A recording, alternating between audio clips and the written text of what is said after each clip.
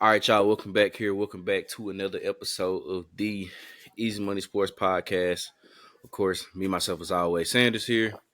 Got my boy Dupree here with me. Yep. Yes, sir, man. How we doing? How we doing? Bro. I'm good, bro. Like we said before, we kind of got on here, bro. Feel like it's been a long week, but I guess Yeah. everybody trying to get back adjusted. We've gotten used to having these days off and been on little breaks and everything like that. Now we got to get right back into that grind, man. Just got to get right back into it. Oh yeah, nah, no doubt. No doubt, no doubt, man. We back at it now. Work schedule's getting back regular, Yeah, going back for to sure. regular and everything. So, um, yeah, everything been good over here, man. We get ready to start up with these visits, official visits and everything. So, it's been going smooth. It's been going smooth here. Yeah. I mean, man, and we talking about how it's been a long week. It's been quite the week in the world of Yeah. sports, man. It's been quite the week. Uh, a week that depending on who you are, a lot of people that you never forget. Honestly, it's a lot been going on. We got a new national champion here in college football. Mm-hmm. Firings all over in the NFL. Yeah. Uh, and pretty much, man, just an end of an era for sure. Yeah. It's just in the world of sports. It's that type of week for sure. Um, Real quickly, just to hit on some NBA news. It's been blowout city tonight for sure. Man, Yeah. Boston I got don't know. beat up pretty Yeah. bad by Milwaukee. Oklahoma City, it was up at one point up by like 60 something points against Portland. It's just been oof, man. Yeah, I don't know them. As Them boys, as they playing the JV teams tonight. like one of the Goonies, like Bruce say, man, them boys getting took to the woodshed, boy. It's ugly. Yeah, It's it's ugly it's tonight. it's for sure ugly, but man, that's just one ugly night for a Hmm. couple of these teams. But now it's gonna be an ugly year here for. It was already kind of ugly, but now a more ugly year for the Memphis Grizzlies. Ja Morant done for the season. Right shoulder injury. Uh, Kind of sucks for sure because he, just coming back, served that 25-game suspension. Uh, and you can kind of tell that the Grizzlies were kind of making a turn in the 9 games that he played in. They're 6-3 in the lineup with him in there. So, at one point they were, I think, 6-19 in that whole 25 game Hmm. stretch. Now they've gone. These last 12 games, I believe now they've gone 8-4. So went from 6-19 to now I think 14-23 or something like that. So well, they were kind of making their way on up to possibly wanting to get right back into the thick of things with the play in at least probably, but now Ja goes down out for the season, and now even more news coming out of Memphis. Marcus Smart is gonna miss time. I think he's dealing with a hand injury or a finger injury, so uh, that's adding insult to injury here for the Grizzlies, and it's kind of tough just because I know a lot of people want to say, okay, well, F it, season's done, let's tank. But I'm gonna be honest with you. I don't know how much have you been if you've been following, the draft boards or college basketball like that. This to me, this draft class is a little meh compared Hmm. to last year and even coming up for the 25 draft. I mean, because last year obviously there was you had Wimby. Hmm. Next year is probably going to be Cooper Flag, the young gun that's going to be going to Duke. That's probably who's going to be Yeah. the next number one pick there. So it's kind of like nobody is a consensus, number one pick this year in the NBA draft. So it's kind of like for Memphis, if you're a Memphis Grizzlies fan, what I mean, obviously it sucks, but then how do you feel and what do you do as far as like the rest of the season plays out? Like, do you just try to compete as best as you can, or you know, do you tank the season away? Because that's kind of to me. I think that's gonna be hard to do just because next year Jock contract kicks in. I think Bane contract kicks in as well. I mean, basically their core guys who has the big contracts, the contracts is gonna start kicking in. So it's kind of like it's not necessarily they can really just make moves as far as like Hmm. big names free agent wise or anything like that. So where where do you think they fall on that scale of wanting to just make sure they just compete and do as best as they can with what they have, or blow it up and just say, okay, whatever pick we can get in the lottery? Because of those contracts, I would say you just chalk it up, keep playing, compete, see where you end up in the lottery. Obviously, we know the impact that John Morant has on that team and on that organization. I know there were a lot of people coming into the season thinking that Memphis was going to be all right because of past history, and rightfully so, past history when John Morant has missed time. The Grizzlies have been fine. They've shown the capability of playing well and winning basketball games, and really being a above 500 team with John Morant out the lineup. I didn't feel that going into this season, at the start of this season, with Marcus Smart being in the lineup, him being new to the team, that he could really afford, that the team could really afford to not have him those first 25 games. And so them struggling really didn't surprise me, to be honest. Them struggling at the beginning of the year didn't surprise me. And then in turn, them doing playing better when Ja got back didn't surprise me either. You got your guy back. Um, and then, you have the whole deal with Marcus Smart as well. This team, I don't think that Memphis is a bad team. I think fully healthy that Memphis is a playoff team. I don't know, top four seed, all that type of stuff. I let other people debate that, but I do think that they're a playoff team with a fully healthy roster with Bain, with Ja, with Marcus Smart, with Jaren Jackson Jr., with those guys that they have. I think they are a playoff team. So I don't think you have to, like you said, with the way the season is going in college basketball and not really having that guy at the top of the draft board that everybody is kind of seeing, it's January, so there's some more time, but like you said, there's no clear cut number one overall pick. There isn't that guy. So if there's not that guy, I don't see why you try to tank to get more balls in that lottery. I think you try to compete as best as you can, and you go out there, and what happens happens. Wherever you land is wherever you land, and you pick from there. I don't with the contracts that get ready to come up, where they got to pay their guys, and with the situation they're in right now, I just don't see where I don't think the risk is worth the reward. And I don't know how much money they have in their cap left, but I'd imagine that it's not a lot because Josh getting the bag, Bain he's getting one too, and you're paying Jaren, and then you just picked up Marcus Smart too, and I know he's not cheap either. So um, I think you just chalk it up, play well, see where you land, then go from there. But John Morant being out, man, you hate that it came to that he had to take the 25 games. He needed that. And now really he's going to see what the impact is for a full year, what the impact of him being out for a full season can do to that team, that organization. I mean, you saw what it was. I mean, that first game back, I mean, they were getting drugged, and he single handedly led the team back and hit the game with it, like in John Morant fashion. So you see the electricity. You saw it in game one of him being back. So hopefully that he continues. He'll get healthy. Obviously, rehab, get healthy, and then he continues to head down that right path and everything. And we'll see a fully healthy Memphis Grizzlies squad next year. Yeah, I'm with you on that as well. I think just because of, like I said, no one to me right now really just sticks out as like you have to put them on your roster as far as like what the draft goes, as far as this year's draft. Um, Mm-hmm. I mean, still, we haven't got to the All Star break yet, so there's still, Yeah. a little bit of life there left. I mean, they're only, if I'm last time I checked, I think they're only like 4.5 or 5.5 games back out of the last spot in the play-in section. So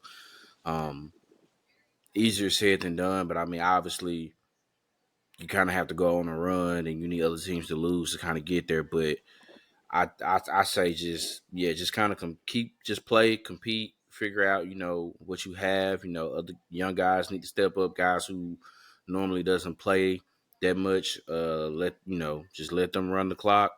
You kind of have no choice but to at this point now, you Hmm. know, and just see where you land. And I mean, and then if you get to the point where you're trying to figure out, okay, at the end of the season here, what do we do as far as maybe uh, I think that'll be unfair, but something that you have to look at. Maybe the coaching staff or what players that you have. Who do you want to retain? Who you Hmm. want to let go, and maybe try to bring in and everything like that, and look forward to 25 and or 24, 25. When the season rolls back around again, back in October, October, November of this year, and just see where it goes, and obviously just getting everybody back healthy would be the main thing that that you would want. So, no, I just think at this point you just let the chips fall out, man. See what happens. I mean, either either you're going to continue to get better and improve, or you're just falling the wayside. And I think in a way, it's no harm, no foul, Hmm. because at that point, at this point now, you're not expecting much, from them. So it is what it is, but we do wish Ja Morant, man, a very healthy and speedy recovery. Hmm.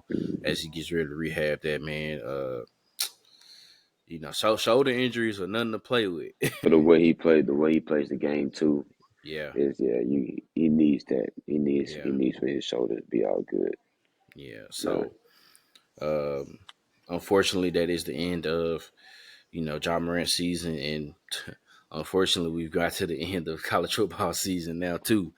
Uh, kind of ended. I wouldn't say on a sour note. I mean, it wasn't too bad, but game got away towards the fourth quarter there, Yeah, man. between Michigan and Washington. Michigan finishes undefeated, 15-0 with a 34-13 victory over Washington. Man, I mean a huge output from the running backs in the run game. I think Michigan had over like close to 300 or over 300 yards rushing. Uh, Hmm. and the defenses made timely plays for them. And honestly, that was really the difference in the game, right? I mean, and then there were some things on the other side where for Washington, miscues, misplays, drops, throws that Mike Penix would normally make, he wasn't making. Man, as far as what you saw in the game, like what was your biggest thing? That's your biggest takeaway that you took from it? As much as people talked about how Michigan dominated the game, I almost kind of see it reverse, man. As bad as Washington played, I need everybody to realize this is a 7 point ball game. Midway to fourth quarter, the game didn't really get out of hand until maybe 8 minutes left in the fourth, something like that. This game was a 7 point ball game. It was a 7 point ball game, a one possession game, and like you said, Penix missed throws that he normally wouldn't miss. I mean, you're talking about in the first half, the one to Oduzier, where he kind of Duzier was free going down the field. He kind of tried to throw him back out, almost kind of like a back shoulder, just try to get him away from the guy. He missed him. He missed Polk on the corner route. He missed Oduzier deep one time. They hit Oduzier, excuse me, deep one time, and he got called back for a penalty. Like there was just things going on throughout that game, penalties, missed throws, like you said, miscues, and it was only a 7 point ball game. Washington's defense, as bad as the game started, because those first two drives, we're sitting there watching. I'm like, this game, if Michigan can run the ball like this game is over. Like It's over. we might have a repeat. We might have a repeat of last year because this is gonna get bad real quick. Yeah, I was sitting there eating Prince's hot chicken, and I'm like, yeah, I'm about to, yeah. We better head on back to the hotel with this one because this is over. Um, but to Washington's credit, man, the defensive coordinators, they made the adjustments, and that run game became really non-existent from the second quarter to, like I said, midway that fourth quarter. The run game was non-existent. They really Hmm. couldn't throw the ball either. Both defenses were playing well, and it's like if Washington could just one play, all they need is one drive. If you could put one drive together and tie this game up, you have a completely different ball game now. It's 0-0 at this point. You tie this ball game up now. We see what's up, and they just couldn't do it. Credit to Michigan's defense. Credit to that defensive line. Some of those guys on that offensive line for Washington, they gave them boys fits. That right tackle had a rough day. Um, Center had a rough day. It was bad, and Michigan showed why they have been, wire to wire. They were dominating teams. That defense is legit. Their run game is legit, and they won the Natty. Um, but that's my biggest takeaway, man. I think that everybody is talking about Michigan rightfully so. I just think that Washington played better than people are giving them credit for. And like I said, the ball game didn't get out of hand until about 8 minutes left in the game. And when I said it in the group, man, like Washington needs to score. Like they're leaving the defense out. They're leaving the defense out to dry. Um, and when Michigan scored a touchdown, made it 27-13. That was ball game. That was the game. You have about 14. They couldn't figure anything out. It's a wrap. So congratulations to Michigan on the national championship. They've been knocking on the door the last couple of years and finally found a way to break through. Yeah, I saw a couple people saying like, "Oh, oh my goodness, we got another year where this is another blowout and everything like that." And yes, when you look at the numbers, when you look at the score, it's gonna say, okay, they won by 3 touchdowns. It's gonna Mm-hmm. say that, but like you said, it was 20-13 with about just about close to halfway to the fourth Mm-hmm. quarter, and then that's when it just kind of Yeah. unraveled.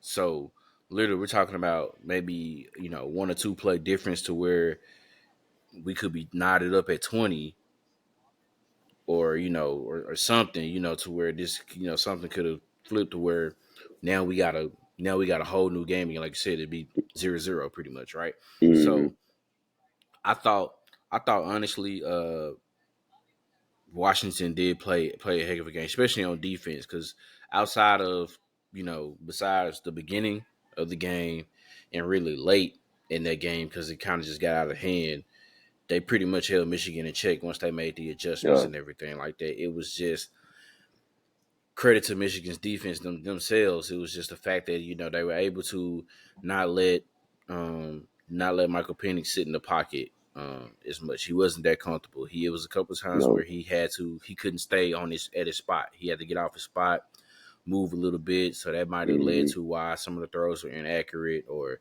and everything like that. And he got beat up pretty bad. I mean, he was Yeah. he got hit Yeah. pretty bad, man. He got beat up pretty bad. They were coming. That Michigan defensive line were coming at him all night, sending all types of pressure, just getting as many quarterback pressures, hits on the quarterbacks as much as they could, just to kind of get him off his spot. Because obviously, if Penix could have got into any type of rhythm, this might have would have been a different game. Just Yeah. just to be honest, just because there was a couple times where, for the most part, Michigan secondary did play pretty well, but there were other times where they had lapses in the back end, and they had you know Polk and Odusier running down the sideline, Mm-hmm. and it just so happened that either Penix missed them, the defensive line got there in plenty of time, or there was penalties on Washington. Yeah. So I don't know. I mean, kind of tough on how it went, and obviously if some of those things don't happen, who knows what how the outcome could have been, and what the score could have been and everything like that. So I thought all in all it wasn't a bad game. I thought it was a pretty decent game. It's definitely better Mm-hmm. than the last Yeah, few years that we had national championship games. For I know, like I said, I know when you look at the score, it'll say it looks like, oh well, this was another year of a blowout, and it's like, yeah, I guess so. But if you didn't watch the game, you wouldn't know that. But watching the game, yeah. you can see like, okay, this was It it was a was pretty ball much game. there until Yeah. about halfway through the fourth quarter, and then it kind of just went away. So last episode we mentioned that if Michigan was gonna win, if Michigan won, we was gonna let our resident Michigan fan hop on the podcast and let him get his 15 minutes of fame, let him get his shine on, let him give his State of the Union address. Yeah. Unfortunately, Brashawn couldn't make it on, but he did leave a message for me to give out to the listeners, to everybody, and everything like that. I Uh, can't wait to hear this. he just said, right now, just let it be known that it's great to be a Michigan Wolverine, and nobody has it better than us. Go Blue.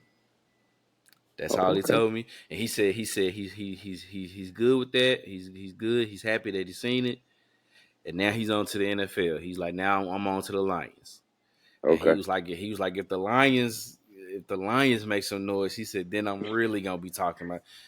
And I got you, and I got you on that for Yeah. sure. That Okay. makes sense. So, Okay. um, man, a crazy college football season ends with Michigan on top. Yeah. I think they've already come out with some early betting lines already for next year. I believe that they have Georgia as the favorites again. Vegas does Yeah. best odds of winning the national championship of next season. So, we'll see.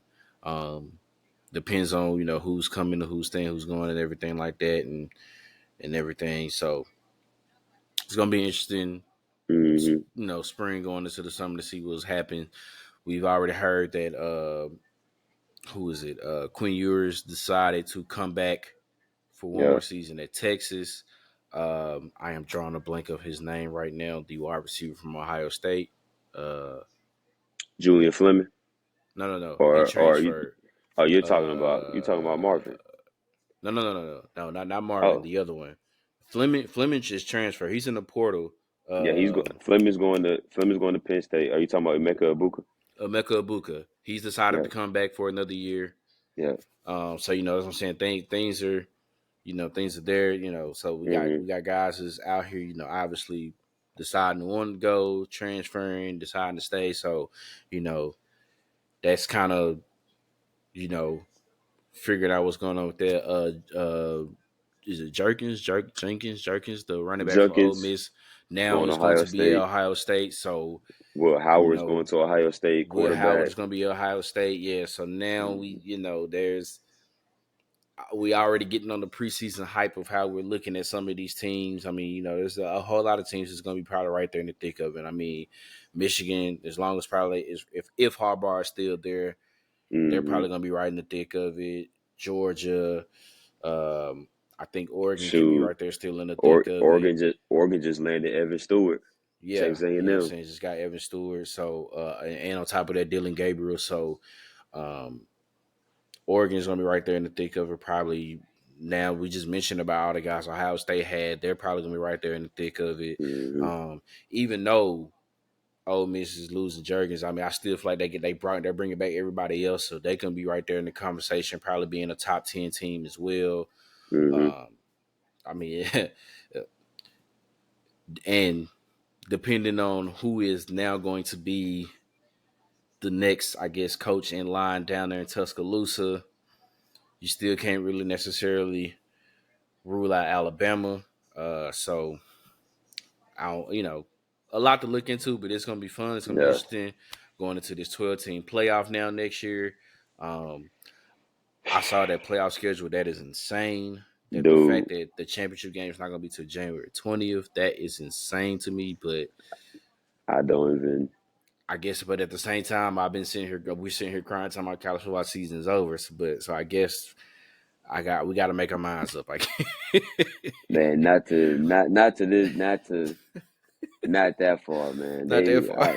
I'm so I I do not like. I do not like this 12 team, man. Just the schedule. I don't think it's sustainable, man. I ain't gonna get too much into it. I'm just not a Yeah, fan of it. I'm just yeah, not a fan of it. You talking about playing national championship almost two weeks later than what it already is or what it has been. So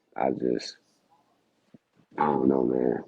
These boys gonna be playing they almost gonna be playing an NFL schedule. You already yeah. got to go already 15-0. You maybe added what three if someone once again Depending if on yeah, someone depending yeah on depending where on what you your are. seed is you might Yeah, play an extra 3 games. So if you win the Natty, you might play 16, 17 games. yeah, So yeah. I don't know, Well, man. I'm not a fan, but it is what it is. It's yeah, happening now. So yeah. It's just it's on the way, man. Ain't nothing we can do about it now. nope. Uh, man, and we just kind of mentioned about a little bit with the situation down in Tuscaloosa with Alabama. We now know, confirmed, signed, sealed, and delivered. Man, the goat. I gotta give him his credit, man. The goat, Nick Uh, Saban, is retiring. Announced his retirement yesterday. 28 years coaching. mm-hmm. Been down at Alabama since I believe what 2007. So that's oof, a long time, Dude. a long time, man. Had previous stints at Michigan State and at LSU.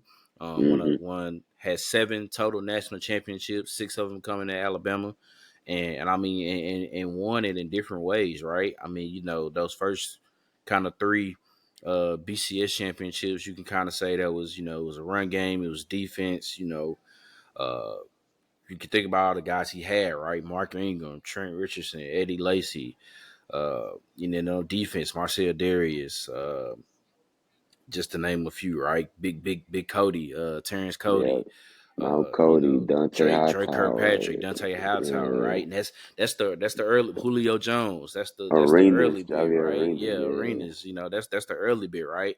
And then you think, they haven't won one in a couple of years, and you think all these teams is catching up to them, and now we got the playoffs, and they're not going to get there.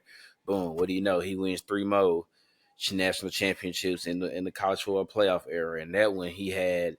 I mean, that's where now you can name off offensive and defensive. I mean, Derrick Henry, right?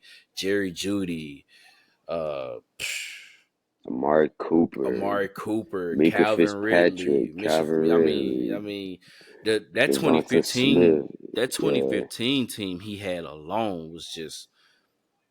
I think arguably that's his best team. yeah, That 2015 team that's Derrick Henry, OJ Howard. hmm I mean, just. We can be all night naming guys. You know what I'm yeah. saying?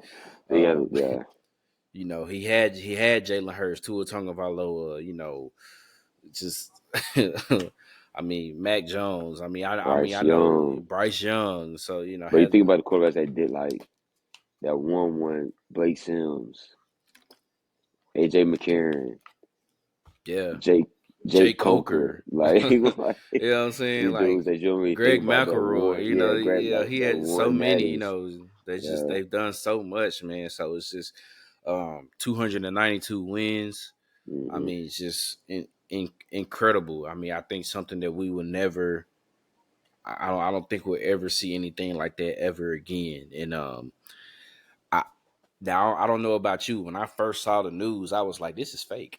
I said no. I said no. This is not real, right? I hmm now because I didn't think I thought maybe he would try to go out as a winner. Maybe hmm I didn't think that maybe that last play of the snap being low and Miro trying to pick up and make a play and that would be the end of it and what we Yeah. saw. But now I don't know if you've seen it, but there's been footage of that pregame conversation between him and Kirby Smart at the SEC championship game. And the way the hmm dialogue, if you haven't had a chance to see it, try to see it. The way the dialogue went, it kind of seems like this was something that maybe those two guys already knew hmm that the end was near, and we didn't even know it was right there in front of our faces. And it just so happened that it didn't matter what happened this year, that this was going to be Saban's last year. But I Okay. mean, man, just talk about just just Nick Saban in general, bro. I don't even however you want to start off with it. Yeah, you talking about a coach who's done things that no one else has been able to do. 7 national championships. No one else has done that as a head coach. He's won national championships in 3 different decades, in the 2000s, 2010s, and then 2020s. Obviously, um, he never had a season as a as a losing. He never had a losing season That's as a insane. head coach. That's Just insane. things like that. Alabama was ranked #1 for like 109 straight weeks in a row. Like, it's just different things. All the recruiting classes we just named off. Some of the players that we're forgetting plenty of them.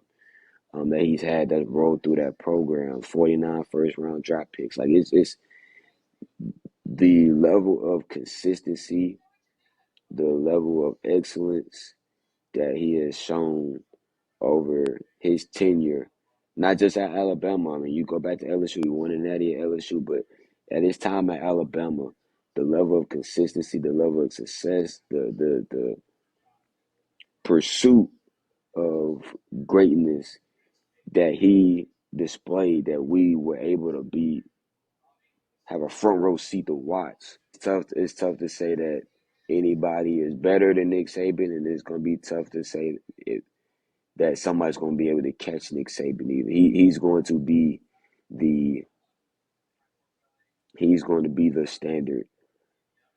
Anybody that we say, okay, he's a great college football coach. Well, all right, well, the best win is Nick Saban. So if you can figure that out, if someone gets that, then you deserve it because all the things that changed. I mean, you mentioned it. They were BCS. You win three championships in the BCS, and then you turn around. Okay, here comes the playoff, and like you said, there was a little stint where it was like, oh, did they, the teams catch up? Like, what's the deal? Especially after that first year, you go out there to playoff and you lose to Ohio State the way they did, and they come back the next year and they win it. And then you turn around and they win it again.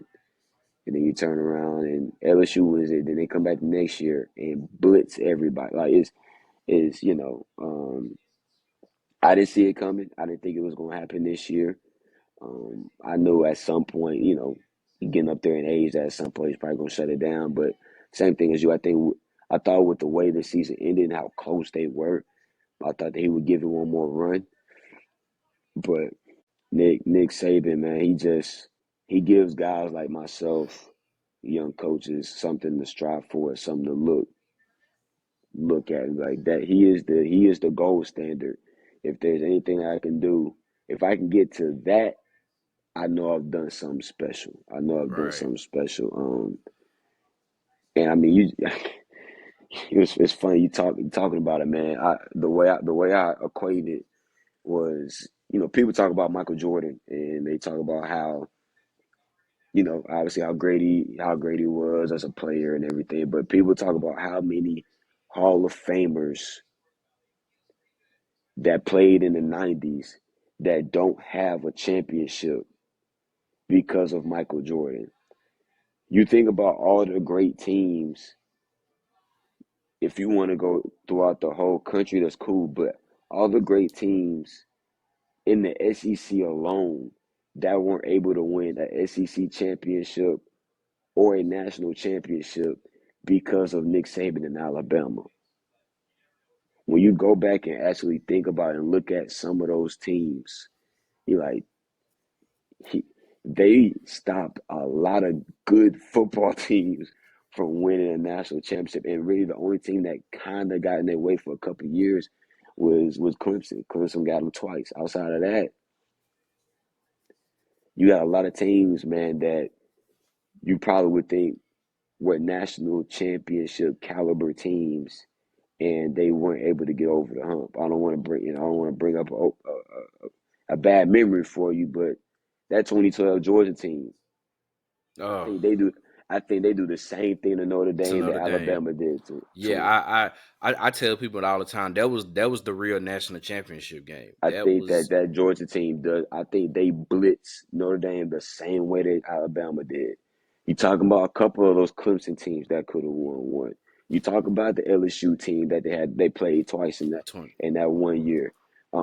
That was 2011. Yeah, Yeah, that 2011 team. I I That think if in 2009 if Texas plays anybody besides Alabama, Ala- if Cole McCoy doesn't get hurt, maybe maybe, but but like you said, but if they play if they somebody play different, anybody besides Alabama, that's yeah, probably this Texas might have won the national championship that year, and they just all the different teams, man, all the different teams, all the games, all the battles, even it's there's so many great moments in college football that he has been a part of.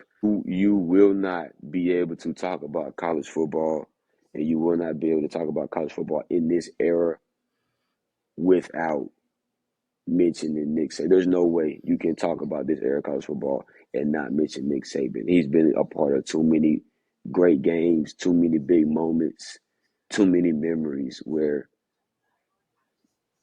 there's no way he'll be. He's a legend. He's a legend in this game. He'll forever be an Alabama legend. Um, he'll be a college football legend. And I don't know. I was shocked. I was shocked that he shut it down. But you know, you got to know when to hang up your cleats, and I guess you got to know when you hang up your whistle too. Um, so whoever is the coach after him, man, good luck. But yeah, Nick Saban is forever a football legend. I don't want to even pigeonhole him to just college football. He was forever a football legend. yeah. And you kind of already mentioned it right, real briefly. Like I guess word is they kind of already have the successor, I guess, lined up. I guess we're just kind of waiting to see on that. But a lot of speculation of trying to figure out who is going to be that next Hmm. immediate coach, and it's kind of like what I said. Like, and I don't know if you had a chance to check, but and what I kind of said in the Goonies chat, I'm like, who really wants to take that pressure on of being the next immediate coach following Nick Saban? Yeah, Like, yeah. because this is they've got this is not like how when Nick took over in 2007, where it had been a while since you kind of seen Alabama in the spotlight and everything like that. So it's just kind of like they were just hoping just to kind of get themselves back in the spotlight. Well, now it's kind of Hmm. like if you go if you're not winning between 10 to 12 games a It's gonna be year rough. and you're not in the conversation, they're gonna be coming for your head in about 3 years, and they're gonna say they want you out of here. So it's like Hmm. who wants to leave from whatever situation that they have, at the moment to wanna take that on. We've already seen Dan Lanning say, "I'm staying in Oregon. I don't you know Yeah, he's don't worry out. about me. I'm there." So he's like he's out. Yeah. So it's like is it for a minute you were always wondering. You heard about Dabo. Is it Dabo? Is it going to be? I don't know. My People are vote. saying James Franklin. People are saying, it's who Yeah, who could possibly be that next coach? the only one that I could see that has the bravado and has that F it mentality, like I'll take it. I think I personally think it's gonna be Lane Kiffin. I think to me, I think Lane Kiffin makes the most sense. I think he's got the moxie. I think he's got the charisma. I think he obviously he helped his reputation while he was at Alabama. Like he helped his reputation while he was at Alabama. Like Yeah, to me, I think Lane Kiffin makes the most sense to me. But I don't. Yeah, James Franklin. No, I didn't think it was gonna be Dan Lanning. Um, mentioned between Dabo and Lane. I don't know about Dabo. If depends on how much if they throw in the bag at Dabo, he might come on back. It's Alabama, so he might come on back home. But to me, I'm thinking Lane Kiffin. I'm thinking like he's been a little too quiet. It's only been what a day now, but Yeah. he's been just a little too quiet. You would think maybe you hit something. I think Lane Kiffin is the guy. If I'm on that committee, I'm trying to get Lane Kiffin to come. And I mean he knows how to Lane Kiffin. He knows how to work the portal real well. I mean, this is Mm-hmm. something that that was the portal was something that Coach Saban really wasn't, a big fan of, which a Mm-hmm. lot of the coaches in a way have their pros and cons on it. But Yeah. Lane Kiffin does work the portal real well. He's one of the few coaches for sure that works it like to a T to how it wants to be. So I wouldn't be surprised at that neither. I just know Kirby is off limits. Don't even come look that way. Yeah. I Kirby, don't think he would. I don't think he would yeah, leave either though. I I don't think don't he think would so leave. either. But it's just like you He's said, it's gonna have to somebody whoever it is, somebody's gonna have that mentality and that thick skin to be like to be like F it to hmm take on that pressure because this is like whoever this was is gonna come after and coach after Don Shula for the Dolphins. This is like this is whoever it was. Once kind of like what I say in North Carolina as far as basketball, what Hubert Davis is Yeah. having to deal with now after Roy Williams and after Dean. It's just kind of like Shoot, at Coach Duke, Shire was Coach. going on with Coach K. It's kind of like Yeah. we got to make sure you ready for this, and are you gonna be because Yeah. we're used to hey at least we're one of the ones that's year in and year out when you got to mention national championship contenders. We are one of those teams, so it's just kind of like the guy has to be ready for it. Prayers to him, whoever it is, best good luck to him because Yeah. it's kind of like, and I don't think, and I don't know people, and I get it, because you love to hate them, right? You love to hate them, and you because you get so used to seeing so many. Don't get me wrong. Once I found out it was true, I was like, dang, and then after that, I was kind of like, oh, thank God, yeah, I'm You just start feeling in a good, way, boy. you start feeling good, but I can't. I don't think that Alabama is not just gonna go from constantly being in there to going down to being, a 6, 7, 8 win team. Like Mm, they still gonna be right there in the thick of it. You know what I'm saying? It's not gonna be like, they just gonna be yeah. out here just, like like they why did Auburn roll Toombs corner for that? That was like that was so lame. That to me that was so lame. That was They did so that. that was What so little was brother of them. see? Was going to make people? What's going to be sick? What's going to make everybody sick is if whoever gets that job comes in and them boys mess around and make it back to the SEC And championship when or something like that. Boy, I'm talking about next year. yeah, People yeah, gonna they're gonna be be hot. they They're gonna gonna be be seeing hot. like it's the same thing. Like 'cause that's the thing. It's like you said. Now the portal is closed right now, I believe, but I mean it'll open up in the spring. But whoever you get in, if you can get that coach in and you're able to talk to these dudes and keep them there, your quarterback is coming back. You got piece on your defense coming back, Yeah. piece on your offense coming back. And People are it's still gonna come to Alabama. Like it's not like yeah. just Nick Saban is a big part of that, And but he'll the probably still be stigma, around. that's it. The Yeah. stigma of Alabama is still Alabama. To this Yeah. point, like I think whoever is the coach, I don't think that stigma is going anywhere. I don't think that reputation is going Yeah. anywhere. Yeah. So teams are gonna have to deal with them. But yeah, it'd be them. I didn't know they rolled too. That's real little brother. I was like, That's that's real so little brother. that's so Yeah. little brother, and I'm not even a part of They that bet rival. they And I was better like, that's so beat little them next brother. year. They doing all that. They better beat them. How about that? I Don't was win. like, Don't do it. dude. Don't get it done. I said, dude, Don't that's do so. it, I said, dude, that's so little brother of y'all. Like, how? Why would boy. y'all do that, bro?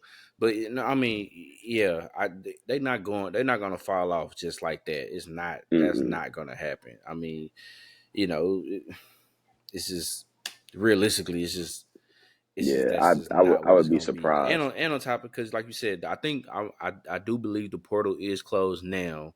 and then Mm-hmm. especially since I think technically classes are about to start rolling back in here for the spring, so it's gonna be kind of hard for if it was even open for guys, which Mm-hmm. I think now they do get an extra. So I saw something where it said they get like another 30 days or so to Oh, try okay. to do something. I guess since they were in the playoffs, but like I also mentioned, classes are about to start back in. So when you Yeah. factoring in trying to transfer, you still got to think about that part of it too. Mm-hmm. So for the most part, those guys can't.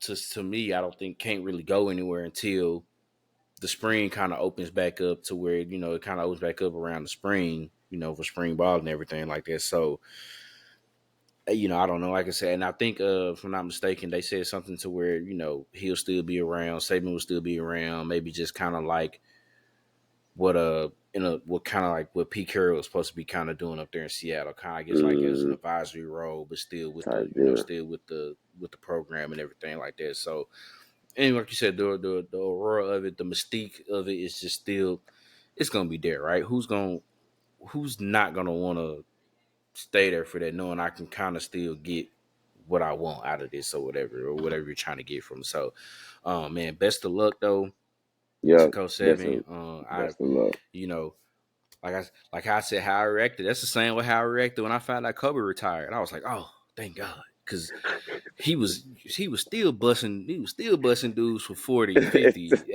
at almost 4. I was like, dude, he Go sit I'm down, like, please. please go sit down. So this is, you know, I It's was rough. like, man, but yeah, man, best of luck to Coach Saban for sure, man. It's wishing nothing but the best.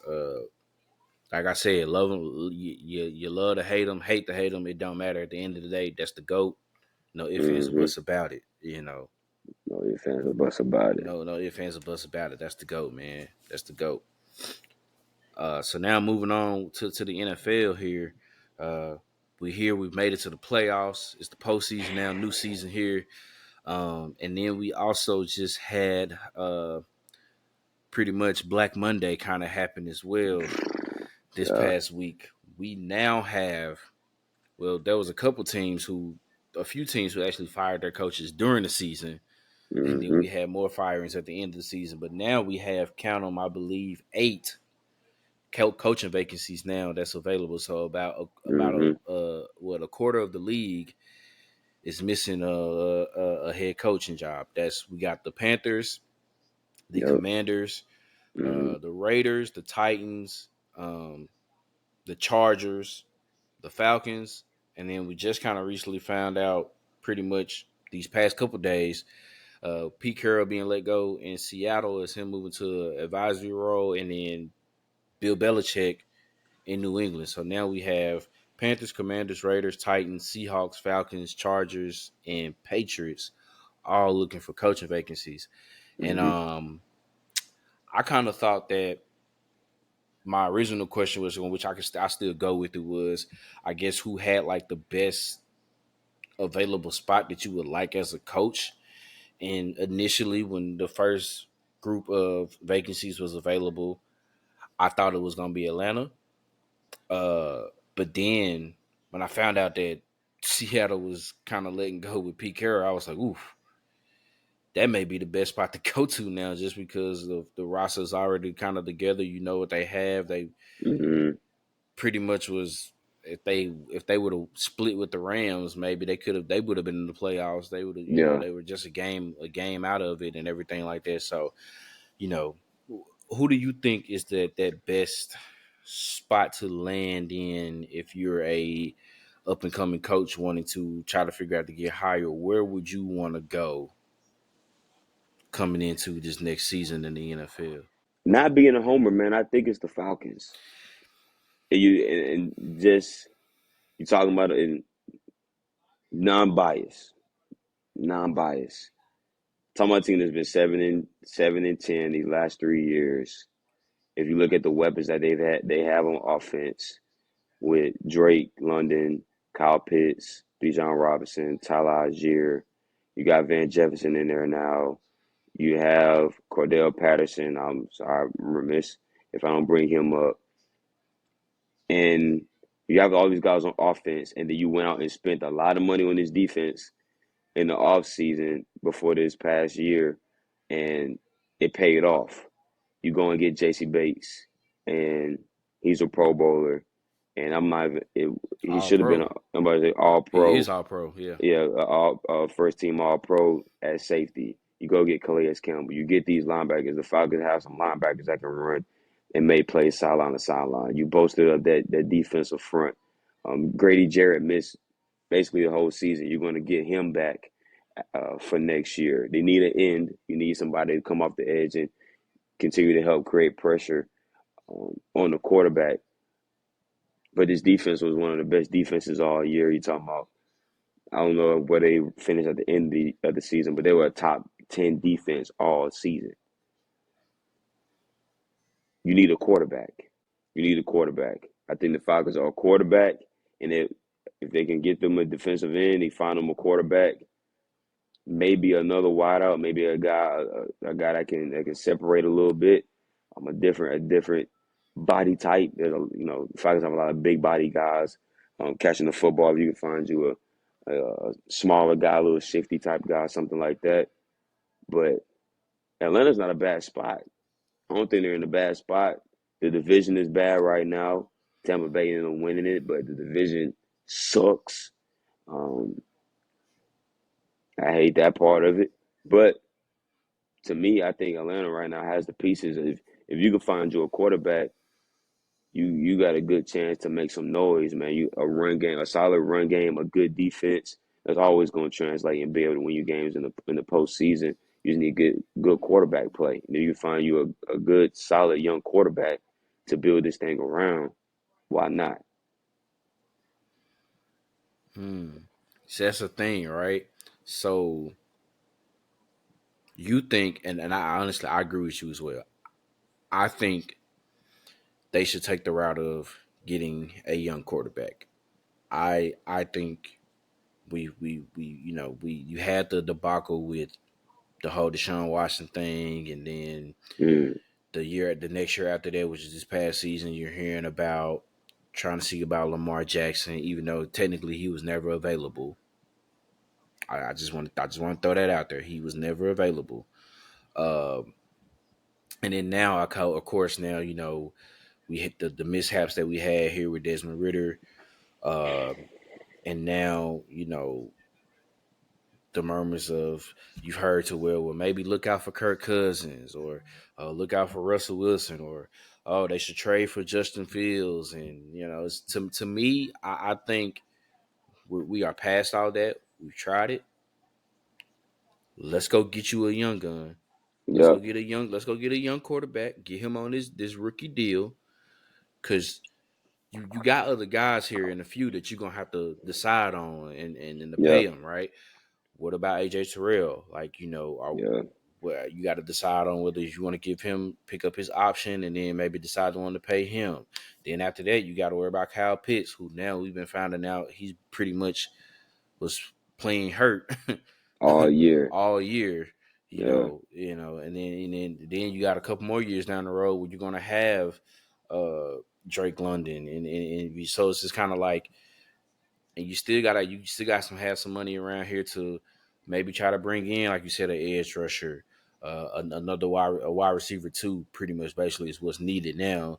To kind of bring in. So it's kind of like, why would I want to either take on somebody's contract already, or bring somebody in who has to come in for a prove it year or whatever, or they're trying to play to get an extension, and now we got to pay him all this money unnecessarily Hmm. when we can just go draft a young guy and let it go from there. But I think that also depends on who's going to be the coach. Hearing a lot of talk about Bill Belichick, I'm not a fan. I think we should and I get it, they're thinking, oh, get somebody with experience. But honestly, I just feel like, respectfully, the game has kind of passed him on. Yeah, I'm out. Um, I'm out on Bill in yeah, Atlanta. I'm out on that too. I think we should go get another coordinator. And I get it. We haven't had good history right now with getting the coordinator coming in and being the head coach, and it just hasn't worked out in Yeah, totality. But these group of guys that's out here that we can interview or have interview, I think can make a difference. Like honestly, seriously, like John Harbaugh was a special teams coordinator, you know. So yeah, it's true. this is there's some exceptions to it to where it doesn't necessarily have to be somebody who has some experience before. So that's that. Hmm. I mean, I don't know. I Do don't know. you do I you I do you try to do you promote Ryan Nielsen, ooh defensive coordinator? either either you try to do that or just make sure nobody else try to get him as a DC. He has to stay. I mean, this That's what I'm saying. So I mean, it's God. I mean, bro, you should think about it, right? Like now, I don't know. Like statistically, I don't know if we were able to stay in the top 10 defenses because of the last two games, how it was kind of bad. But for the most part, we hmm were a top 10 defense all year. I mean, Let kind me. of I'm still about need to a look. more. We kind of still need a little bit more help with the edge rushing for sure. Um, that's definitely needed. I would say AJ Terrell kind of regressed just a little bit this year. He did give up more plays than normally than he has the past couple of years, but I, I think you got to. At worst, he has to stay at DC, and nobody else can take him. So I'm hoping that he can get retained, um, and whoever the head coach in will let him stay and realize like whatever you had going on is deep. We're gonna keep that rolling, and let's get this offense together. Because like you said, the weapons are there. We have Bijan Robinson, Tyler Algier, Hmm. Drake London, Kyle Pitts. The offensive line pretty much it was pretty damn good this year. It was pretty solid. I mean, you know, old man Jake is still holding in over there on the left side. Bergeron was a great rookie. Dahlman was good, man. Of course, Chris Lindstrom, once again, another Pro Bowler. Um, Hmm. I know Mitch McGary is up and down sometimes, but I mean that's we had a pretty solid offensive line, man. Yeah, So our only thing like you said, only thing that's needed to be addressed is the quarterback position. If we would have had any type of competent quarterback play consistently, we could have easily been a 10-win team. The record could have been flipped. yeah, you're right. The Falcons in total defense they ranked 11th in the but So total defense, so right outside of it. yards per game Yeah. they were given a 321, which was 11th in the league. So right outside of it, I thought Yeah, so. But even still, I couldn't tell you the last time we had a defense nope. even that That close. looked like that. Yeah, You know what I mean? yeah, So, you I know, couldn't tell you either. I don't know. And like you said, the division still is bad. We don't know what Carolina's gonna look like. Yeah, Tampa Bay won the division, but they literally they won it by kicking field goals. They didn't even score a touchdown on Carolina. You know what I'm saying? Well, And I'm always think it don't matter what the score is and however it's get done. I'm always say New Orleans is poo cheese. I'm gonna always say they suck. yeah, It that is what it was is. So yeah. that's that. But I mean, man, it's gonna be interesting to see what Hmm. happens. Especially now that New England is available, Seattle's available, and there's Atlanta. I mean, I I think think the I think the Chargers is one kind of team, yeah. the Chargers is interesting, Hmm. but in a way, they are in salary cap hell. Like a lot of it's Yeah, not a lot that they can do. So you kind of whoever the coach is kind of has to work with what they have there because yeah. yeah. I just man, golly for I hate it for the Chargers, man. I don't think they missed. I don't think they missed the window because Justin Herbert is still balling and he's young and he's going to be good for years to come. But when they had everything with the health going the way that it needed to go, man, they had some chances, man, to make some runs and just couldn't. I think there's one team that already has their coach and they just need to go ahead and pull the trigger. Las Vegas. I Oh think yeah, I think I I think think Antonio Pierce Antonio should Pierce should be be your their head coach. coach. I don't see why not. There is no way you can tell me that he should not be the coach for the Las Vegas Raiders if you watch how they played before and then after. I know they had a little lapse, but you're talking about them playing with a fifth round pick at quarterback and not playing bad. I mean, that defense was playing better. He made plays. You go on the road, you beat Kansas City for the first time in forever. Like this is. I think AP did a good job. I think Coach Pierce did a good job with that team. I think they played hard. I think they played for him. I would, to me, they would be dumb if they did not hire Antonio Pierce as their head coach. So we'll see. I think the Raiders have their coach. I think the Raiders have their Because coach. honestly, I thought that the Raiders were going to be one of, if not the worst team in the league, right? Yep. And to go from how they were looking to finishing, I mean, finishing at 8-9, and I thought they were going to be like 3-4 wins at max at Yeah. best, and they was going to blow it up and trade Devontae Adams and everything like that. Hmm. If they let Antonio Pierce walk out of Las Vegas, they don't want to win. Yeah, that's At tough. that point, I'm convinced that they don't even want to win because how do you can't let him just walk out of there like that. Not There's after. just Yeah, there's just no way you they can. were But playing too well. yeah, So way we'll way see. too But well. they did it before because they let Richie Bisaccia go, and you know. So we'll see. They made the playoffs with him Yeah, as the interim, and they let him go. So we'll see. yep, yeah. We'll see. So obviously, more than likely, a lot of these teams that has these vacancies are probably going to be waiting for some of these teams that's in the Hmm. playoffs to kind of have their season to be finished, or whoever may be in the Super Bowl, kind of waiting on those coaches to get done so they can kind of do their due diligence on whoever they want to try to bring into the franchise. So it's still early, but there's as time goes along, before we know it, these vacancies are going to get filled, and we'll Hmm. be having discussions on who is going where and everything like that. So that's what's going on right there for the far as off season wise. Uh, on the field, we got Super Wild Card Weekend. Um, Super crazy, wild card. crazy, just crazy everything. Right, the matchups, the storylines. It's just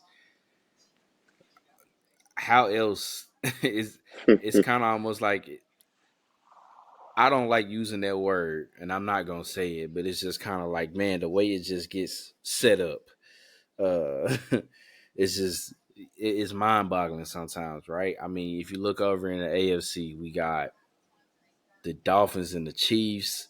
So Tyreek Hill facing his former team in the playoffs. There, you got the Browns and the Texans. Hmm. Obviously, it would have been even more crazy if Deshaun Watson was playing. Man, Like what? it would have been crazy, right? Over in the NFC, you got the Rams and the Lions playing against each other. So the trade that happened between Jared Goff and Matthew Stafford. Now this is happening, and then you got the Cowboys and the Packers. Mike McCarthy, former coach at Green Bay, now getting ready to go Hmm. against his former team. It's just that those lineups there, that just those alone is just crazy, right? Yeah, So you know anything can happen, man. But which game are you looking forward to most out of Super Wild Card Weekend? man. There's like you said, there's so many different places I could go with this, man.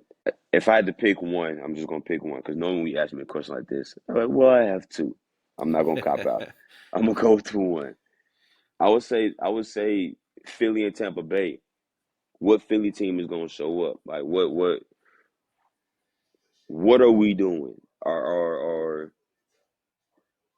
will the reigning NFC champions please stand up? Will you please stand up? This has been going on long enough. We really haven't mentioned it or really talked about it for real the way we needed to talk about it. But Philly's been playing like ass. Yeah. Excuse my French. But Philly has been playing bad. They have got to get it together. This team is too talented the way it is constructed, roster wise, offense, defense, players all over the field, playmakers all over the field. They have guys. They have to put it together because I still think Philly is one of the better teams in the NFC. I still think it's San Francisco, Dallas, and Philly. I still think that's it. I don't think that Detroit is ready. Even though the Rams have been playing well, I don't think the Rams are going to make a run. And the Packers are the Packers. I think they were fine, but I don't think they're going to make a run either. Philly has a chance to make a run back to the Super Bowl, but they have to get back that bravado, that mojo, that swag, whatever they had last year. They got to figure out a way to get that ball up and take it down to Tampa Bay on Monday night because Tampa can beat them. They have been playing well. Tampa has been playing well as late. I don't think they're going to win this game getting field goals. But just how the defense not playing like this is just not the Philly team that we're used to seeing as of late. These last couple of years, we're not used to seeing this Philadelphia squad the way they've been playing. And they have a golden opportunity to go on the road and silence some of that noise. So I'm interested to see what Philly does. They're favorite right now. They're a 3-point favorite. Philly needs to show up. Philly needs to show up. If they lose on Monday night to Baker Mayfield, if they lose on Monday night to Baker Mayfield and the team that won the NFC South, there's going to be some questions that got to be answered by Nick Sirianni and that staff, Jalen Hurts, those guys, those leaders. They got to answer some real tough questions because at the beginning of the year, Philly was supposed to be going back to the Super Bowl, and right now, the way they play, they might have a first round exit. So that's the game I'm most interested in. The game I'm most interested in is actually going to be the Packers and Cowboys. Okay. Um, just because it's funny, and I kind of mentioned it earlier today as well on my own social media. But quiet as kept, Jordan Love had a hell of a year this year. He had over Mm-hmm. 4,100 yards. So I think he finished top 10 in yards. He was second in passing touchdowns. Mm-hmm. 32 touchdowns just to 11 interceptions. I think his QBR was in the top 10 as well. The receiving core got it together here. They're coming along. Obviously, getting Aaron. There's Aaron Jones there, AJ Dillon, um, Rashawn Gary, and those boys on defense has kind of been. They've been very, very, very solid. Mm-hmm. And this is the time of the year that we're looking for Dallas to say, you know, y'all gonna barbecue or y'all gonna mildew. That's it. Yeah. We get it. Another 12 win season. This time you get the NFC East crown for the second time in 3 years. So now you're sitting up here in the 2 seed, but you know, and granted, this game is at home. They play well at home. I Mm-hmm. don't think they've lost a game all Not the season whole year. Yeah. at home. So this is cool, but we haven't seen them, really perform that well here recently in the playoffs. And, you know, that's just the stigma that they have. That's just Mm-hmm. what that's just the monkey that they got to get out their back. And this is not going to be an easy opponent that they can just walk all over. Um, you know, so it's gonna be interesting to see how they are, and hopefully they're not, looking ahead to where they may have to play possibly Philly or Detroit again. Yep. Maybe even well, yeah, either possibly Detroit again or maybe Philly. In the next round. Hopefully they're not looking ahead because if they do, this Green Bay Packers team can catch them off guard. Yeah. Um, I think it's gonna be closer than what people think. So hopefully they lock in, they on that A game and they can roll. Because if not, they could be in some trouble for sure. So that's to me that's the game I'm most interested in because I tell you what, I'm not I'm not going to force myself to download Peacock to watch the Dolphins and the Chiefs. Uh, I'm just gonna miss it. I'm sorry. I was gonna wait to say something about that when we got ready to pick the games. What are we doing? What are we actually doing? Saturday night, there are two games on Saturday. Browns, Texans, Dolphins, Chiefs. What in your right mind makes you think NFL to put this game on Peacock? It's the playoffs. Like This is not exclusively regular on it, like this not is not like like regular season. This is not a regular season where you have 10 other games on that day, dude. There are two games. Two games. What do we Peacock? Peacock. That's what we're doing. We're putting the Dolphins and the Chiefs on Peacock. We're putting exclusively. a playoff game on Peacock. Out that, bro. It made my head hurt. Like Yeah, stuff like that, cause it's stupid. That makes my head hurt. yeah. You're gonna lose. Like so people that don't have Peacock now have to. Well, now we got to go and get Peacock to watch the game now. But you don't like the illegal streaming neither. So which one is it? Because it's gonna be plenty. I'm just gonna throw it out there. With a Oh lot of yeah, people that's gonna stream this thing, and it ain't gonna be through Peacock.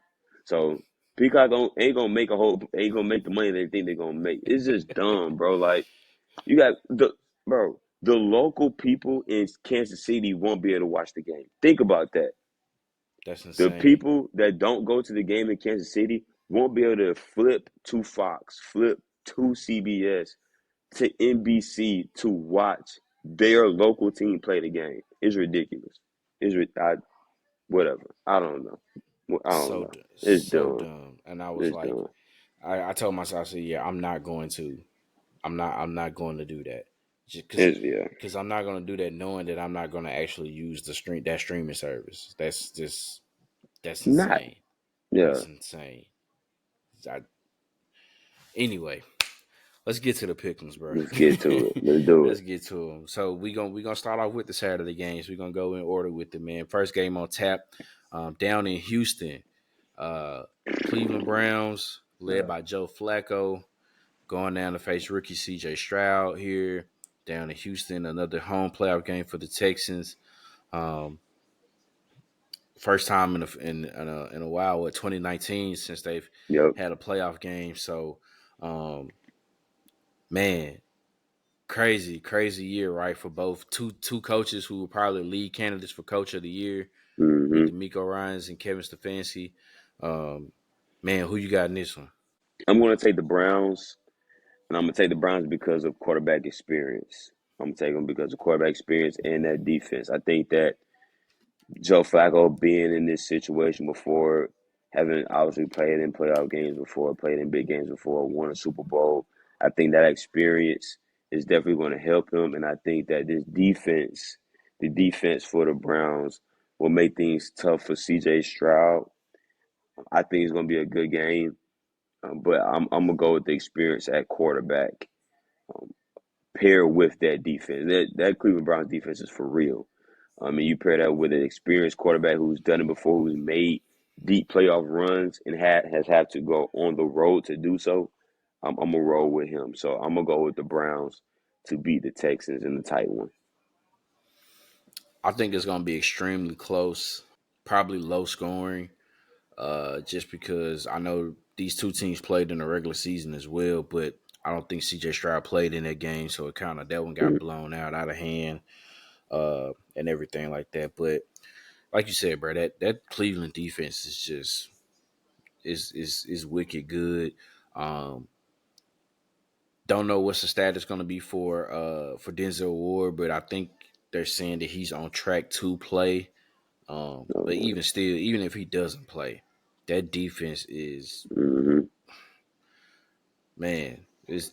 I don't know, bro. That's Cleveland is probably one of those teams that I really wouldn't want to Nope.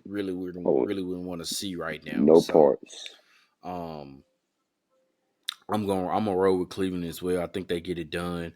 Um, I know the Texans are going to be glad that they are going to be at home, but I think, like you said, the experience and the fact that their defense is just going to be so tough to stop. I think Cleveland gets it done um, Hmm. on the road. All right, next up we got that said mentioned game Saturday night between the Dolphins and the Chiefs. Um, Tyreek Hill going in the Arrowhead for the first time since being traded. It's gonna be cold as hell out there.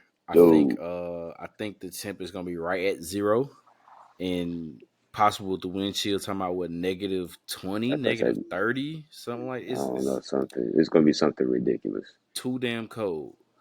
Um man, two teams who on paper, very supposed to be very solid teams, but Hmm. can't really trust, I guess. So it's kind of like who are you trusting more in this situation? Who you got in this one?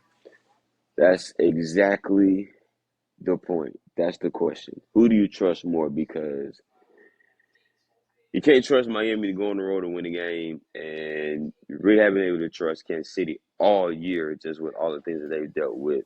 I think with the elements, I think with the injuries on defense that Miami has, it's going to be tough to overcome. This is going to be a tight one.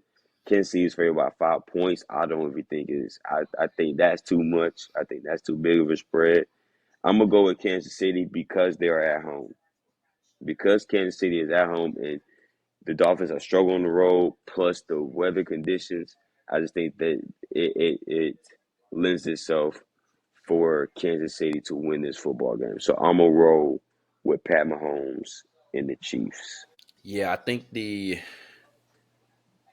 everybody, obviously around this time of the year is injured, but just who's injured is what's hurting Miami. You lost Jalen Phillips early in the season with the Achilles injury. No Mm-hmm. Bradley Chubb now with the ACL injury. Um, it's I think this is going to be a lot to overcome. The way that Miami just struggles on the road, Yep. um, it's hard to trust. And I think obviously now when you think about it, right, the way that the weather is going to be and how it is, this is going to be an Isaiah Pacheco game. Clearly, I mean, him and a little bit of Clyde Edwards-Helaire is it's going to be their type of game, right? I mean, Mm-hmm. just because in a way, outside of Travis Kelsey, even if he can get open, outside of him, you don't trust any of the other wide receivers. Maybe what's the rookie Rice? Maybe Rice, Rasheed just a Rice. little bit. Rasheed Rice, just a little bit, but everybody else, eh, I don't know. Offensive line's kind of been shaky, but they've been able to run the ball pretty real. So I just think that this is definitely a Isaiah Pacheco type of game, and I'm rolling with the Chiefs too. I think they get it done. Them being at home, uh, that's gonna make a difference for them. That temperature, that weather, that cold is just gonna work in their favor. So I'm Mm-hmm. taking the Chiefs. I'm taking the Chiefs as well. So those are the Saturday games. Then we roll into Sunday. First game on tap there. We got the Pittsburgh Steelers. Once again, man, Def, Texas, and Mike Tomlin finishing with a winning record. Just chalk it up, man. I Chalk it up. mean, Chalk I it up mean, every year. goodness, bro. Yeah.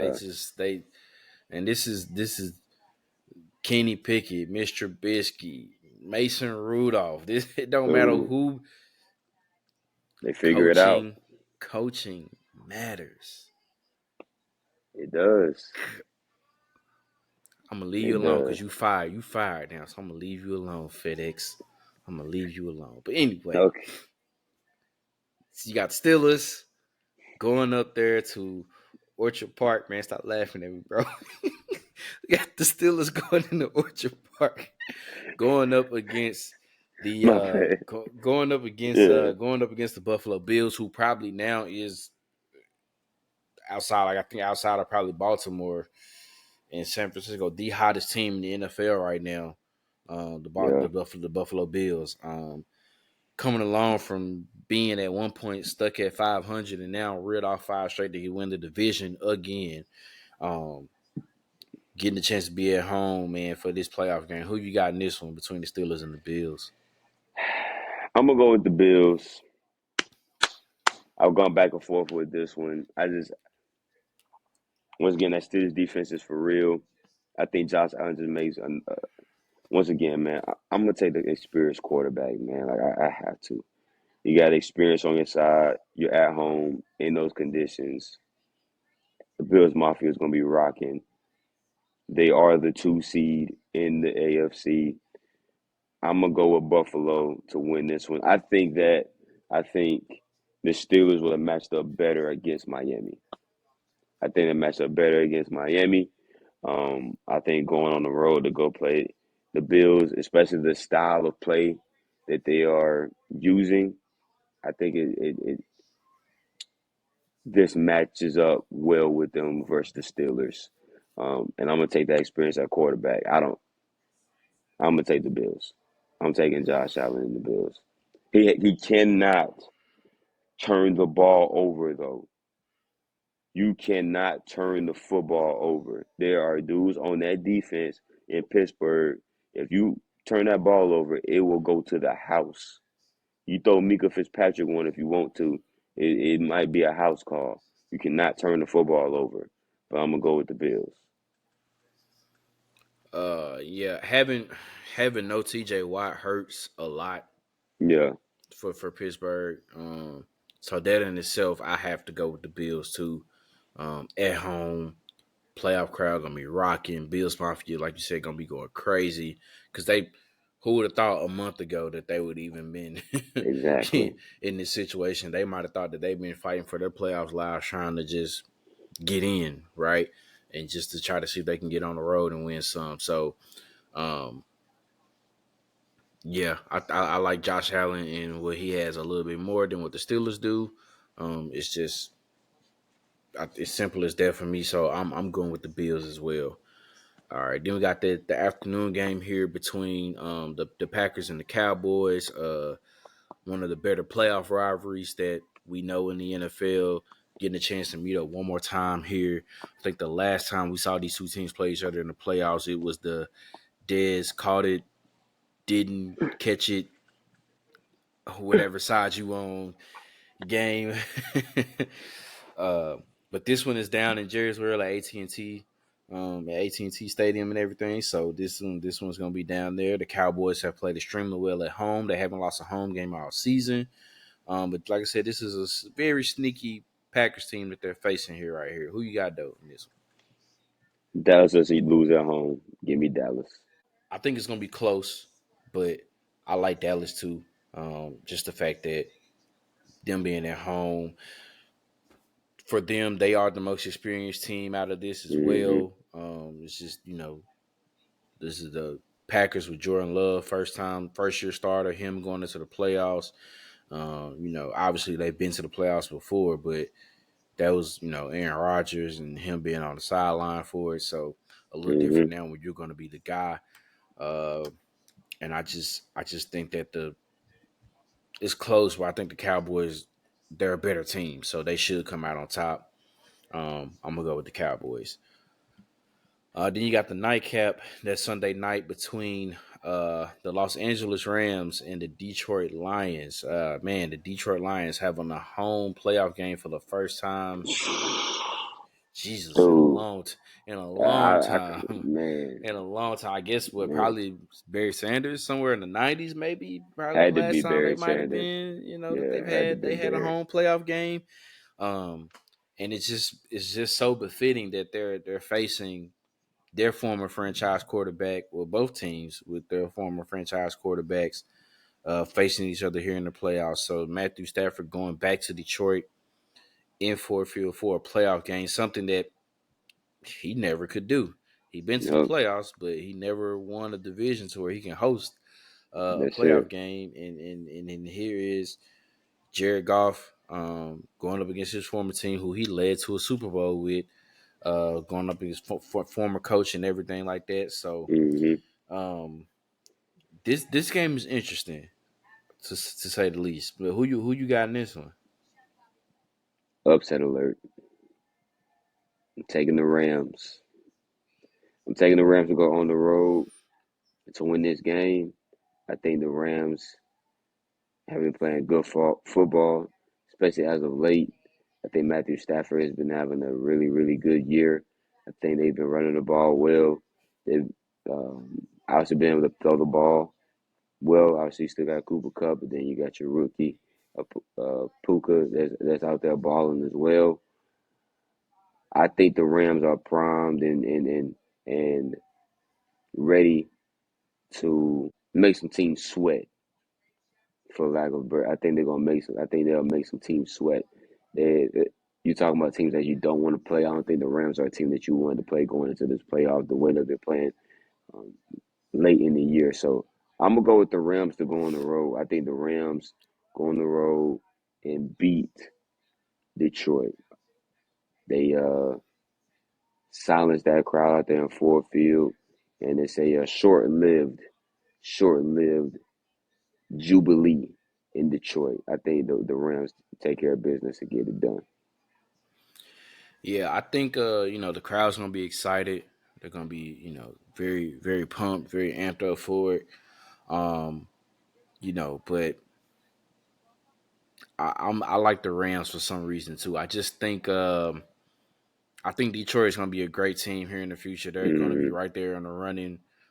When you mention them maybe for the top NFC teams, but I don't know if they're ready yet to make you know that run or Hmm.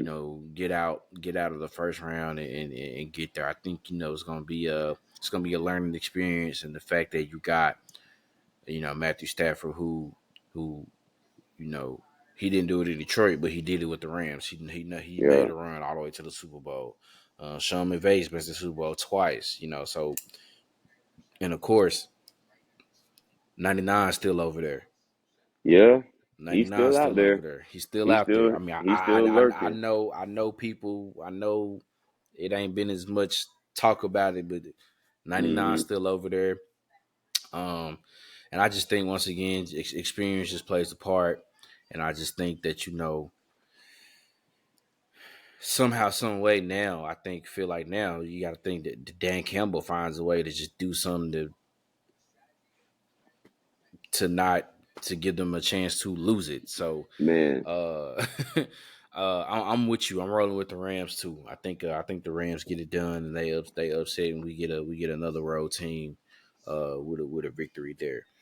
And then you got the Monday night capper. Monday night football between the Eagles and the Buccaneers. On paper, it should go one way, but the Eagles, who it looked like, the first 10, 11 weeks of the season, looked like they could have been one of the, on the way to what you said, well on their way to representing the NFC again for the Super Bowl. And these past last 6 to 7 weeks just hasn't hmm, been that great for them. And then, of course, Tampa Bay, who we all probably thought wasn't going to be that good this year, finds a way to repeat as division champs in the NFC South. Uh, yeah. man, who you got in this one? Tampa. Ooh, I'm gonna take Tampa. I don't know if I can trust Philly the way they've been playing. I would love to see Philly win because I believe they would match up with Dallas for that divisional round because they're the 5 seed. yeah. So if it's going, yeah, if it's going the way that we think it's going to go, it will end up being Dallas and Philly meeting up in the I would divisional love to round. see that matchup in that divisional round. I would love to see that in Dallas. I just don't know, man. Philly, they haven't looked good on offense. They give up big plays on defense in the passing game, and you cannot give up big plays to Mike Evans and Chris Godwin on the other side for Tampa Bay. Baker's been locked in with those guys. what Mike Evans was this like his 11th straight year or whatever with 1,000 yards, something ridiculous like that. Like he has not had a season without having 1,000 yards. This just seems like a perfect recipe for an upset, especially with the way Philly's been playing. So I can't believe give me Tampa, man. Give me Tampa. Uh, Philly is coming in here a little banged up. You know, Jalen Hurts got the issues going on with his finger. You know, what happened with AJ Brown with his knee. Um, they're a little banged up. And I think the problem is with Philly is they've been trying to do too much one as far as like, you know, put the ball out in the air and throwing the rock all around. And don't get me wrong, they have the talented receivers there to do that. But I think that they can't forget what pretty much kind of what got them there to the big dance last year was they could run the hell out of football. Hmm. Um, they got to get back to that. They need to get back to running the football. This is I don't know. It's kind of tricky. I wouldn't be surprised if the Bucks won, but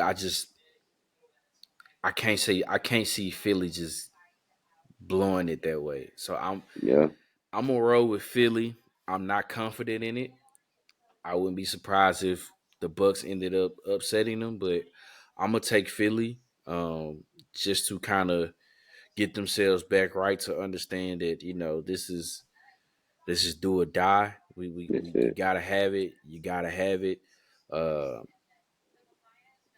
they just got to get back to running the football, man. I think they just got to kind of ground and pound and then try to see if they can get the big plays later instead of just trying to throw the ball all over the field like they've been trying to do. It's been very inconsistent with their play calling and everything like that. I just think they got to roll with what got them there with pretty much what they're known for, right? I mean, you know, Yeah, they run the ball. Jalen Hurts running the ball. You know, after a while, getting the big plays down the field if they can with the play action to Devontae Smith, to AJ Brown, to Quez Walker, Dallas Goddard. You know, they have all those guys there for it. Um, just kind of get back to running the football. So I'm going to hmm. go with the Eagles. That is my least confident pick out of all the games because just because of how bad Philly has looked the past Yeah, month, pretty much. It is yeah. my least confident pick, but I think they find a way to get it done, hopefully on the road, and they set up that matchup with With Dallas Dallas. in the division around for sure. Uh, that's good. We don't agree on all the picks, so we good. We No, it was good. going there. It was it going there. was, it was, Yeah, yeah, it nah. was, but we good. We We might be good alright now. then. Yeah, Yeah, yeah, yeah. we might be For alright. sure, for sure. But man, I mean, can't wait. It's gonna be a fun weekend. Obviously, uh, the way it's looking, I don't know how it is out that way in the Carolinas, but it's supposed to be a little winterized around this way. So it looks like you know we just out get what you need and get stowed up and stay in, grab Nah. you a blanket, man, and watch these games. I guess this weekend. Yeah, nah, it's supposed to be smooth here. Nothing too crazy. Had some little rain, something like that, but nah, no, no slushy stuff. No slushy stuff. Yeah, Trust man. me, I don't where I was know. at before, where I was at before, oh yeah, Use it'd be Charles a lot of Barkley. slushy stuff. Use Charles Barkley. Guarantee. Guaranteed. Guarantee. Bro, you could book it. It don't matter. If there's precipitation falling out the sky, it is the slushy stuff for It's sure. coming. Yeah, It's that it's coming. snow. Yeah, nah. So none of that here, right now at least. Yeah, we'll see, man. They say it's supposed to be coming, but I don't know. End up happening. It might not even come. But hey, That's true. That's true. we'll see, man. But man, you got anything you want to say to the people? We get ready to wrap up another episode. Well, be safe. Everybody that's in Tennessee that's dealing with that weather right now, be safe. Continue to um, continue to strive for whatever your goals are, especially going into this new year. We're still only 11 days in, so it's early. We're still early in this new year, so whatever you have set, things that you want to accomplish, continue to make strides towards those goals, and watching some good football this weekend. Nah, for sure. Man, same for me. Definitely. Be safe out here. Man, wrap, bundle up, keep yourself warm, dry, however it is that you got to deal with, whatever type of weather that Hmm. you got that you're dealing with. Um, yeah, man, continue to just better yourself day by day. Still got a long ways to go. We're still in the very, very beginning of this new year. So uh, try not to overwhelm yourself, but definitely keep reaching that daily goal that you may have for yourself and others, Hmm. for sure. Man, like and subscribe to the podcast on the YouTube channel. Follow us on the social medias that we have for the podcast. We appreciate the support. Um, we appreciate that we truly, truly appreciate the Yeah, support and no the doubt. feedback that we get and everything like that. Whether it's that like retweet it on Twitter or you share on Instagram or however you get it done, or like I said, liking and subscribing to the YouTube channel. We appreciate any type of support that you give us for there. Uh, Man, love black women, cherish black women, protect black women. No means no. No means no. I know we're about a month away now from Valentine's Day.